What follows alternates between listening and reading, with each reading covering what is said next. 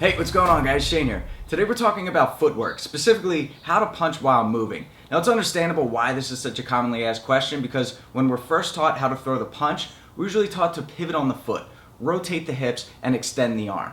But we rarely talk about the footwork that's involved. We don't talk about the rhythm or the range, so today I want to talk about some drills that you can do to be more mobile and agile in the ring. Let's take a look at the first exercise. Okay, so like I said, oftentimes when we're first taught how to throw a punch, let's use the straight right hand as an example today. It's usually with a focus on power.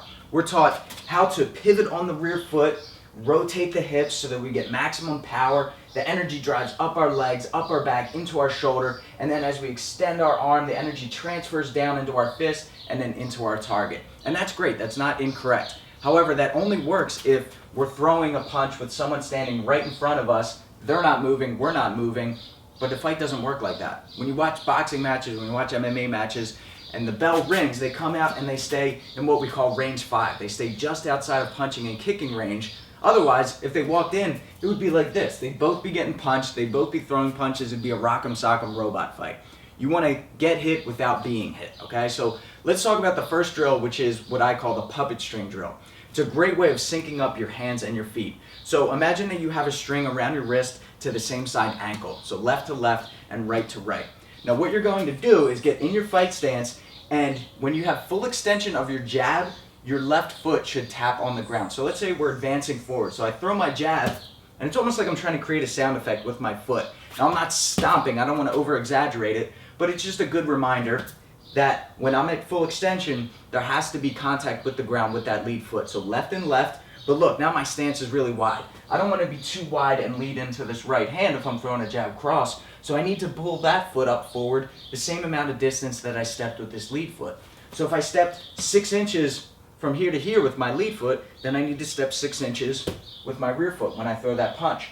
Now notice I'm still in that exact same position like I showed you before, but some people will say you need to pivot on that rear foot like you're putting out a cigarette. A lot of people like to use that metaphor. What I like doing is doing that pivot mid-air and then just making contact with the ground with the ball of my foot. So I kind of stab that into the ground so that I have a nice backing with my right hand. We don't want to ever have our foot up in the air with the exception of the Superman punch, but with this one, there still is contact on the ground and the pivot happens mid-air. Okay, so there's no extra friction. I'm not standing in one spot, I'm moving. So the way that we turn this into a drill is we step on the jab, step on the cross, step on the jab, step on the cross. We just find that rhythm moving forward, and then we can also move backwards too. So one thing you want to keep in mind is whatever direction you're moving in, that's the leg that needs to step first. So I just move forward, so the left foot, the lead foot, always stepped first. Now that I'm moving backwards, the rear foot is going to step first, then the lead. Rear, lead, rear, lead, rear, lead, rear, lead. I'm going forward, then it's lead, rear, lead, rear, lead, rear. So you're punching and you're moving. Now you can also take this to the next level. You can also move in different directions. I can move out to my left, so my left foot is going to step first, and I throw the jab. Then I throw the cross. Left. Now I'm going to the right, so my right foot goes first. So now you're starting to see I can go forward, I can go to the side. You can really, once you find this rhythm, you can really start to play with different angles, movement, while throwing punches.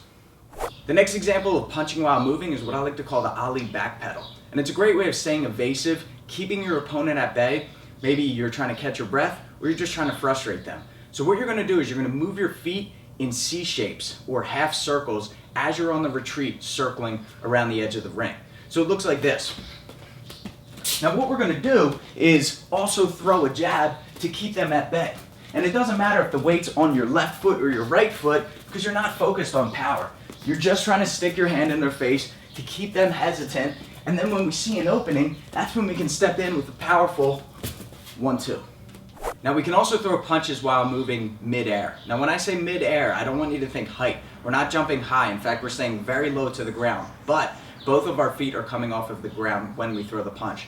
So some examples are the Superman punch, the Gazelle punch, and the diamond step. So let's take a look at those. The Gazelle punch was used by Mike Tyson very often to cover distance and throw a powerful left hook.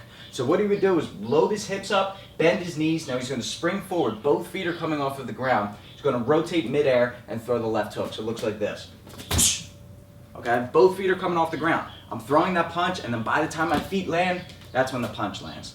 Superman punch is another example. We see this in MMA very often, but you're not jumping up and punching down. I'm staying low to the ground. I'm jumping into my target, right? So I'm gonna lift this leg up and shoot it back for that counterweight as I throw the punch, and then this left foot here is just gonna come hover off the ground as I move forward. So it looks like this, covering the distance, punching midair. And then the last one is the diamond step. So the diamond step, I'm gonna trace a diamond with my feet. It looks like this.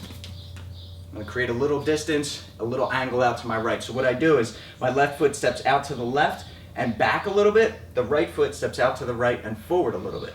So it comes here. Now I'm starting to get my head off the center line. While I do that, I'm throwing my jab and then I readjust, okay? So it's here.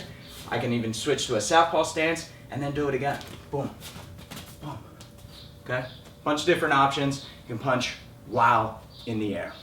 Alright guys, thanks for watching. So I hope that these drills helped with your understanding of rhythm and footwork, because yes, technique is of the utmost importance, but so is range, because if you're not within distance, you're not going to land those shots. Guys, don't forget to subscribe to get the fight tips before your opponent does. Until next time, I'm Shane with Fight Tips for the Underdogs.